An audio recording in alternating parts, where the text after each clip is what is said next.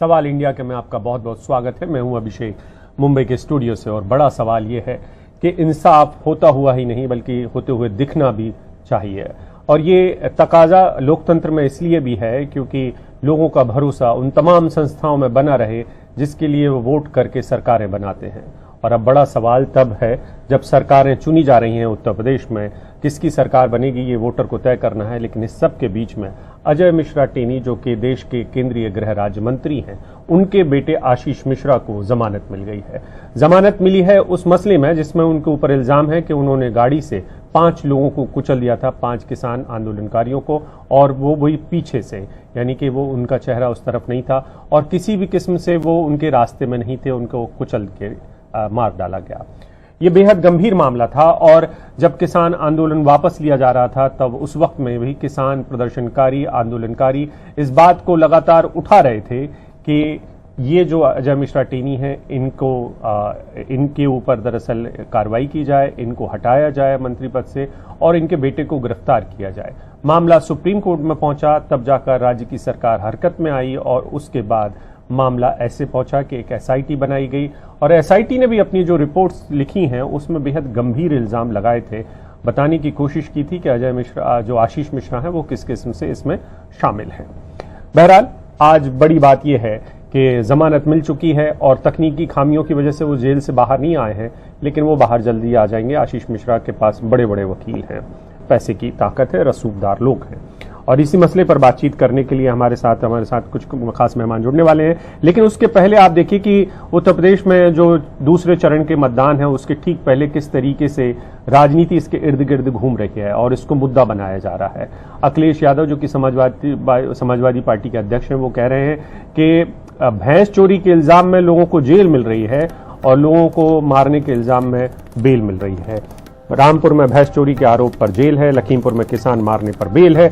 Akhilesh BJP पर निशाना साधते हुए कह रहे हैं कि पहला फेज खत्म हुआ और वो जानते हैं कि वो हार गए हैं। रामपुर तय करे कि डबल वोट से डबल इंजन सरकार को हराना है।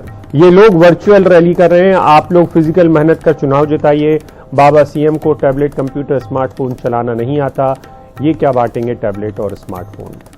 अब ये तमाम चीजें हैं। और दूसरी ओर जो कि उनके सहयोगी हैं अखिलेश यादव के, वो भी भड़के हुए हैं। ओपी राजभर है उनका नाम। वो कह रहे हैं कि गृह राज्य मंत्री के बेटे को जमानत, लेकिन गाजीपुर बॉर्डर लखीमपुर में जो किसान मारे गए उनको न्याय नहीं। बीजेपी को पता है कि वो चुनाव हार रही है, जमानत के जरिए वो ब्राह्मण वोट हासिल करने की कोशिश है। जहां भी बीजेपी का निजी हित है वहां जमानत मिल जाती है। कांग्रेस भी चुप नहीं है। कांग्रेस ने ट्वीट किया है, रणदीप सुरजेवाला ने कहा है कि क्या वो भाजपाई मंत्री पुत्र न होता तो भी जमानत मिलती। ये एक बेहद गंभीर इल्जाम है और ये भी कि ये एक तरीके से न्यायिक व्यवस्था पर टीका टिप्पणी भी है। क्या सरकार ऊपर की अदालत में अपील करेगी?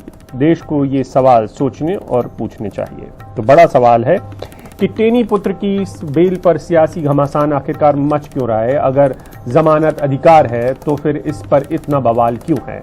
दूसरा बड़ा सवाल कि क्या भैंस की चोरी के आरोप में लोगों को जेल जेल रखा जा सकता है, लेकिन जो कत्ल के इल्जाम में अंदर किए जा रहे हैं या मौत के घाट उतारने के जिनके पास वीडियो में दिखाई दे रहे हैं या इल्जाम है जिस किस्म के, क्या उसमें बेल इतनी जल्दी मिल जाती है? लखीमपुर में किसान मारने पर बेल इतनी जल्दी कैसे मिल गई? ये तमाम बड़े सवाल हैं और इसी मसले पर हमारे साथ बात करने के लिए कुछ खास मेहमान हैं। डॉक्टर दर्शनपाल सिंह हैं, आपने इनको सुना होगा और देखा है, अध्यक्ष हैं क्रांतिकारी किसान यूनियन पंजाब के।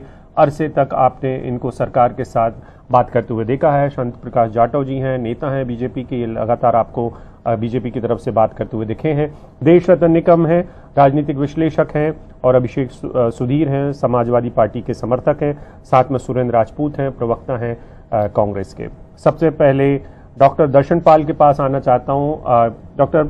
डॉक्टर साहब, कैसे देख रहे हैं आप इस सबको? क्योंकि आप लोगों की बड़ी डिमांड थी कि मंत्री साहब को ही हटाया जाए, लेकिन यहां तो आशीष मिश्रा जेल गए और बेल भी पा गए। क्या आप लोगों ने इस कानूनी लड़ाई को लड़ने के लिए अलग से कुछ इंतजाम नहीं किए थे क्या? देखिए, ये हमारे लिए, पूरी देश की जनता के लिए ये बहुत शॉकिंग बात है, बहुत हैरानीजनक है कि जो 3 अक्टूबर को हुआ था लखीमपुर खीरी के तिकोनिया कस्बे में, जिस तरह से जीप से रौंद कर 4 किसानों को रौंद कर मारा गया और एक पत्रकार भी उसमें मारे गए, और जिस तरह उनको कल बेल मिला है, ये बहुत हैरानीजनक है, बहुत शॉकिंग है हमारे सबके लिए, क्योंकि केवल इरादा कत्ल नहीं, कत्ल का केस था और सुप्रीम कोर्ट इसमें इन्वॉल्व थे, और इसमें बहुत एसआईटी ने कहा था कि इसमें बहुत ही गंभीर तरह का एक कॉन्स्पिरेसी है, साजिश है, और ये कोई ऐसा नहीं है कि कोई एक्सीडेंट से हुआ है या कोई गलती से हो गया है, ये जानबूझकर किए गए कत्ल हैं। तो हमें तो हैरानी हुई कि ये कैसे हो गया। तो हमारा ये मानना है कि प्रोसिक्यूशन ने या ये यूपी की पुलिस जो है, जिस तरह से इनके जो पिताजी हैं वो गृह मंत्री हैं देश के, और पूरी पुलिस प्रशासन जो है उनके अंडर आता है, तो ये क्यों नहीं हो सकता कि पुलिस प्रशासन अधिकारी जो भी जितने भी इसको लगे हुए थे उनको उन्होंने पूरे केस को कमजोर किया, और कमजोर करने के बाद मैं तो ये कहता हूं कि पूरे देश के लिए ये बड़ा सवाल है, एक लोगों के लिए बड़ा सवाल है कि एक तरफ इलेक्शन हो रहे हैं। नहीं, मेरा आपसे डॉक्टर साहब दर्शनपाल जी, मेरा आपसे ये सवाल था कि आपने किसान संगठनों की आवाज को उठाने के लिए इस केस में अलग से वकील दिए थे क्या, ताकि सरकारी वकीलों के साथ साथ आपके वकील भी इस मामले में खड़े रहते और आप लोगों को दिखता कि क्या हो रहा है? मैं ये बस सवाल पूछूं। नहीं, हमारे जो साथी वहां जख्मी हुए थे, देखिए उनके साथ तो ऐसा भी हो कि उनको गवाहों के लिए बहुत देर वेट करते लिए गवाही के लिए भी नहीं बुलाया गया। और ये बात सही है कि जिस तरह के स्ट्रांग वकील उनके पास थे, जितनी ताकत उनके पास थी, हमारे वकील उतने वो नहीं हो सकते थे ताकतवर उतने वो। लेकिन ये भी बात सही है कि हमारी तरफ से भी कहीं ना कहीं ये एक चूक रही होगी कि जिस तरह से उन्होंने फॉलो किया होगा, हमारी तरफ से कुछ कमजोरी रही होगी। लेकिन अभी हम इस चीज को जो हमारे जहां भी हमारी कमजोरी रही है, वैसे तो हमारे साथियों ने जो जख्मी हुए थे या जो साथी मारे गए थे, उन्होंने एफर्ट करना है, उन्हीं के द्वारा ही हमें आगे करेंगे। लेकिन जो हुआ है ये बहुत ही एक तरह का निंदनीय है, बहुत अफसोस। ठीक है दर्शनपाल जी, ये बात उठाना इसलिए जरूरी था क्योंकि अगर किसान अपनी ताकत सड़क पर दिखा सकते हैं तो अदालतों में भी आप अच्छे वकील के साथ आप दिखा सकते थे। लेकिन बहरहाल बात बीजेपी की सरकार से उठ रही है, तो उनके प्रवक्ता बीजेपी नेता हैं जाटव जी, मैं आपसे समझना चाहता हूं कि ये सवाल तो वाजिब दिखता है, शायद आपके जहन में भी उठता होगा कि आर्थिक अपराध, बाकी की चीजें जिनके मामले में आजम खान भी बन रहे, तो भैंस चोरी के इल्जाम में या फर्जीवाड़े के इल्जाम में लोगों को लंबे लंबे समय तक जेल में बंद रखा जा रहा है। लेकिन ऐसा क्या यूपी की सरकार में दिखाई देता है कि वो जब अपना आर्ग्यूमेंट कर रहे हैं अदालतों में, तो 5 लोगों की कत्ल के इल्जाम में जिसके ऊपर इल्जाम लगा हुआ है आशीष मिश्रा के ऊपर, उसको इतने जल्दी बेल मिल जाती है। आज हम जिस डिबेट में बैठे हुए हैं, मुझे ऐसा लगता है कि हम शायद जो निर्णय आया है कोर्ट का जमानत का, उसको लेकर के जो है टीका टिप्पणी कर रहे हैं, जो कि ठीक नहीं है।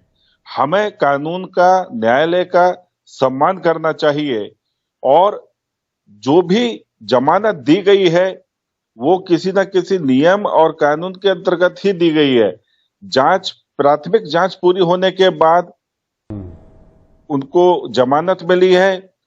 दूसरे पक्ष के वकील ने क्या दलील दी है, वो आकलन दूसरे पक्ष को करना चाहिए। क्या उनकी जो बातें कही गई हैं वकील के द्वारा, उस पर इनको कि कहीं यदि कोर्ट ने उन बातों को नहीं सुना है तो उस चीज की बात यदि दर्शनपाल जी करें तो ज्यादा बेहतर है। सरकार के ऊपर टीका टिप्पणी करना, न्यायालय के ऊपर टीका टिप्पणी करना, ये सिर्फ राजनीतिक रंग है और कुछ नहीं है। हमें नहीं, आप न्याय व्यवस्था पे ऐसा नहीं है इस देश में। नहीं, इस देश में जमानतों पर सवाल उठे हैं, पहले भी उठे हैं। इस देश में ऐसा भी हुआ है कि रसूखदार लोगों ने किसी को कुचला है और फिर बाद में वो केस का केस किस तरीके से बदल दिया जाता है, किस तरीके से ड्राइवर बदल जाते हैं, किस तरीके से एक गाड़ी ट्रक में तब्दील हो जाती है। इस देश की न्याय व्यवस्था ने भी देखा है और हमारे दर्शकों ने भी देखा है, और इसका एक लंबा इतिहास है जाटव जी। लेकिन खैर मसला वो नहीं है। मसला ये है कि किसको राजनीतिक तौर पर क्यों नहीं भुनाएगा विपक्ष ठीक चुनाव के वक्त में। अगर जमानत देने का अर्थ ये नहीं है कि वो उस मुकदमे से बरी हो गए। अभी वो जांच होंगी, तमाम तफ्तीशें होंगी, तमाम गवाहों के बयान लिए जाएंगे, फिर जाके निर्णय होगा ना। बिल्कुल समझ गया। ठीक है, ठीक है। मैं छोटी टिप्पणी अभिषेक सुधीर के पास आके ले रहा हूं। अभिषेक जी बताइए, आप लोग तो इसे भैंस चोरी से जोड़ रहे हैं, मतलब आप थोड़ा तो इस बात का ख्याल रखते हैं कि भैंस चोरी दरअसल छोटा इल्जाम है, लोगों की हत्या करना बड़ा इल्जाम है। अभिषेक जी, मैं तो समर्थक तो हुई सपा की, तो पर मैं वकील भी हूं, और मैं आपको कह सकता हूं जब जमानत दी जाती है, आशीष मिश्रा जैसे लोगों को जमानत नहीं दी जाती है। मैं आपको बताना चाहता हूं ये क्यों ऐसा होता है। पहली बात यह है कि ये मर्डर केस है, 302 आईपीसी का केस है। मर्डर जो है बहुत गंभीर मामला है, गंभीर वेरी सीरियस मैटर है जो अंग्रेजी में कहते हैं, या तो जैसे मर्डर केस हो या बलात्कार रेप केस हो, उसमें बेल नहीं दी जाती है।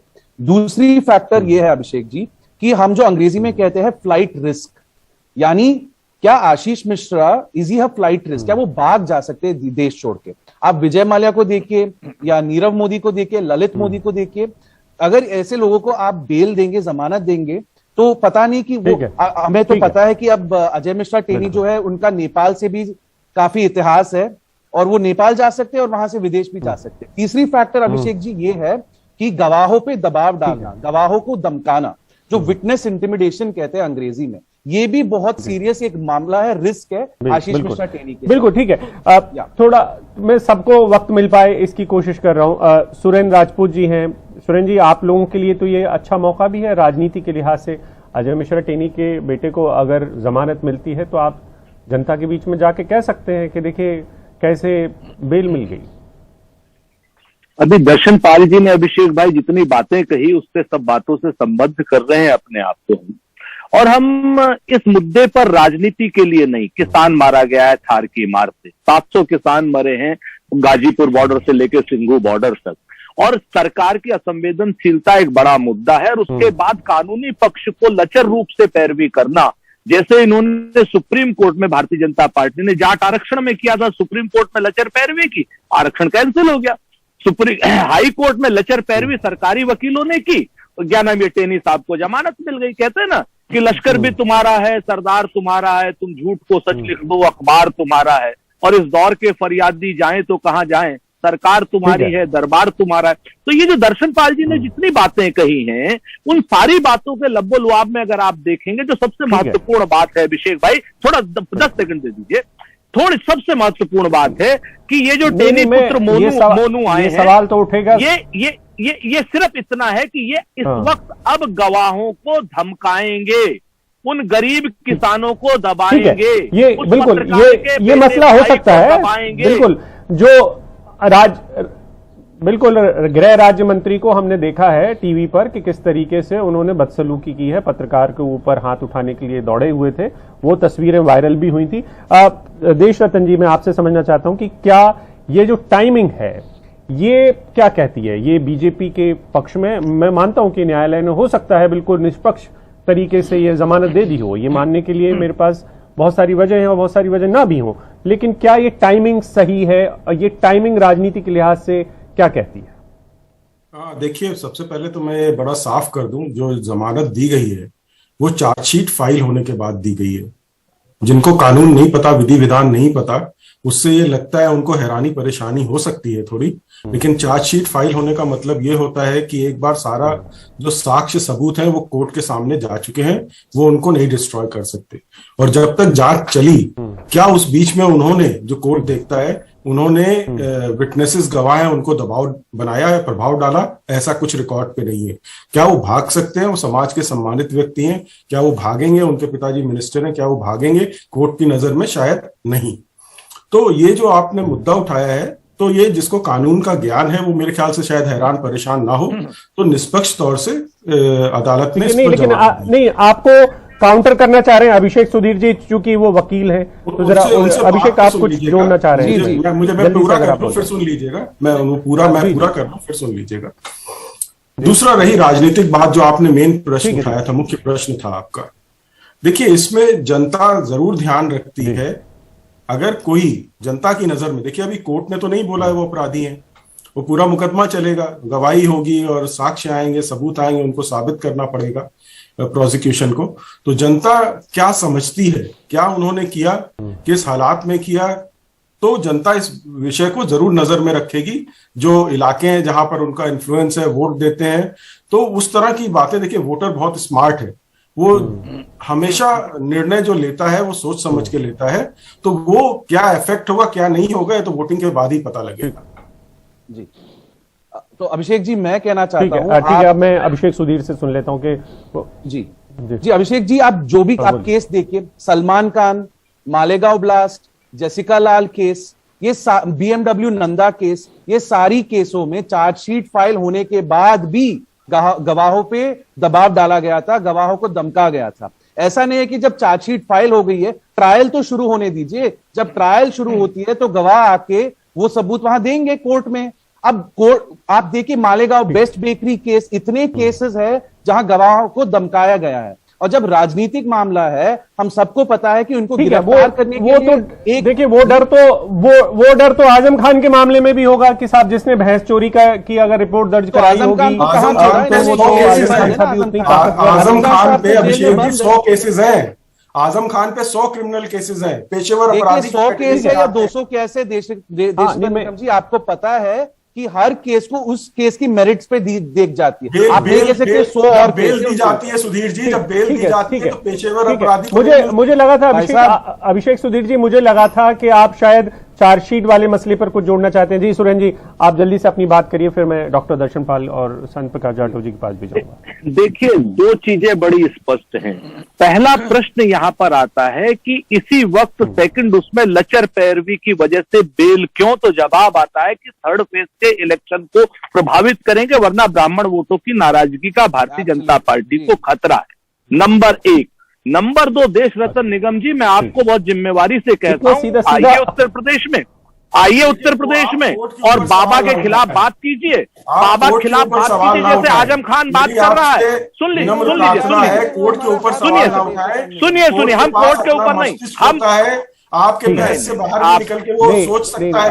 आप बीच में मत बोलिए, प्लीज बीच में मत बोलिए, अदालतों में टीका टिप्पणी, प्लीज बीच में मत बोलिए, प्लीज बीच में मत बोलिए, राजनीतिक विश्लेषक मत करिए। अभिषेक, मेरी बात नहीं हो पा रही है, व्यूअर्स को गुमराह मत करिए, मेरी बात नहीं हो पा रही है। ठीक है, जल्दी से करिए आप अपनी बात। आप उंगली उठा रहे हैं सीधे न्यायालय पे, जो कि सारी मैं 2 बातें बड़ी साफ कह देता हूं कि जब भारतीय जनता पार्टी को और भारतीय जनता पार्टी के समर्थकों को सच का आईना दिखाइए और कहिए कि चीन की सीमा असुरक्षित है, तो ये लोग सेना के पीछे छुप जाते हैं। जब हम कहते हैं राम के चंदे की चोरी कर ली, तो तब ये लोग भगवान राम के पीछे छुप जाते, धर्म के पीछे छुप जाते। देश रत्न निगम जी, उत्तर प्रदेश में आइए। अरे बीच में मत बोलिए भाई, अरे भाई बट्टे मुद्दे पे आ जाइए ना।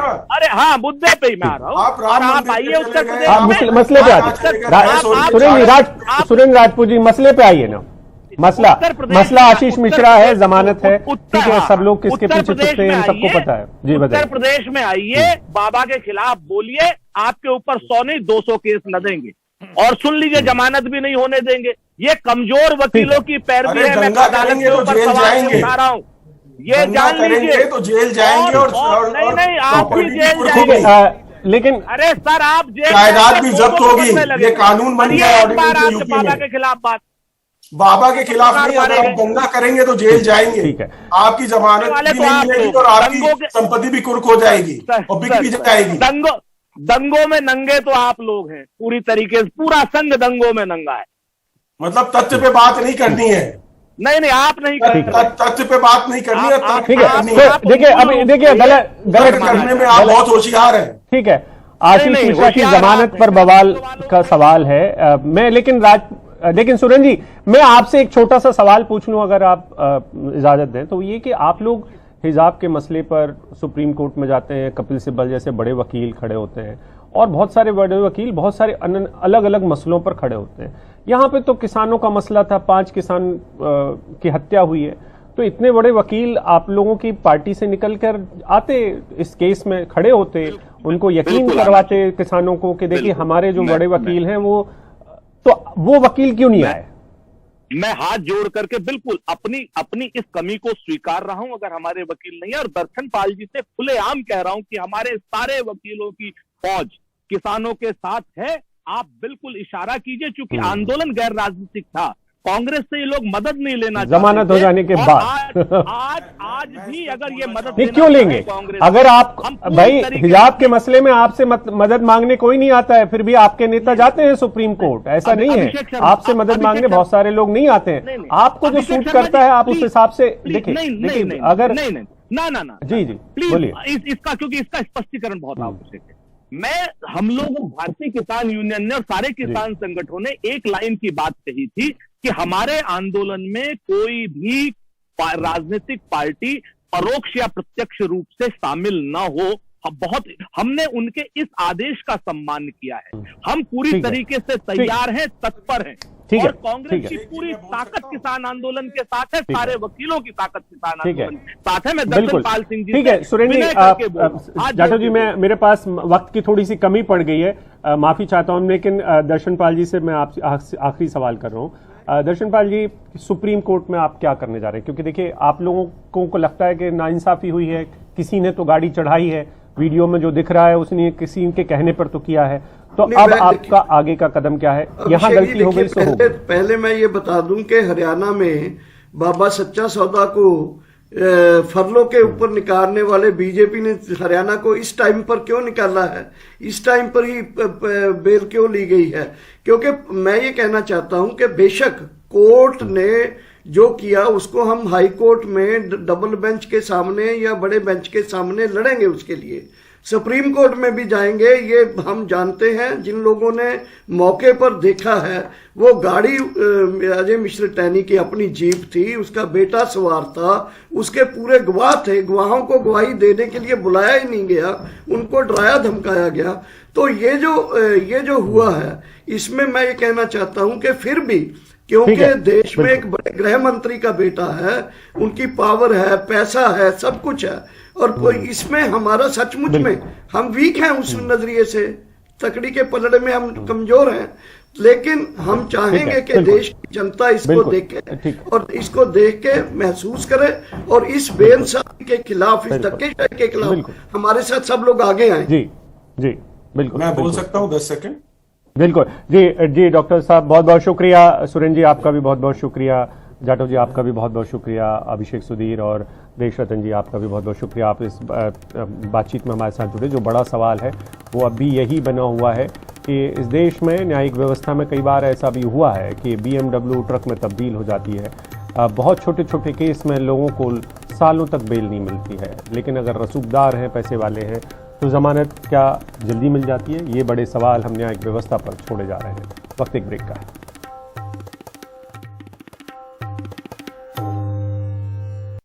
रामपुर में आजम खान का प्रचार करते हुए समाजवादी पार्टी के अध्यक्ष अखिलेश यादव ने कहा है कि पहले दौर में बीजेपी का सफाया हो चुका है और दूसरे चरण में बीजेपी का नामो निशान तक मिट जाएगा। जहां पर चुनाव पहले चरण में था, वहां पर जनता ने, किसानों ने, हर वर्ग के लोगों ने भारतीय जनता पार्टी का सफाया कर दिया है। और रहा बचा ये दूसरे चरण का जो चुनाव होने जा रहा है, सहारनपुर से लेकर के रामपुर और आगे तक जो चुनाव है, इसमें भारतीय जनता पार्टी का नामो निशान भी खत्म हो जाएगा, कोई जीतने वाला नहीं है। आदित्यनाथ योगी भी प्रचार में उतरे हुए हैं, शाहजहांपुर में पूरी ताकत लगा रहे हैं। उनका कहना है कि 5 साल पहले यूपी में जो बिजली आती थी वो सिर्फ सैफई और आजम खान के लिए आती थी। इन 5 वर्ष में आपने बदलते हुए उत्तर प्रदेश को देखा होगा। ये वही उत्तर प्रदेश है। 5 साल पहले क्या आपको बिजली मिलती थी? बिजली नहीं मिलती थी। बिजली केवल या तो सैफई खानदान के लिए था या आजम खान के लिए थी।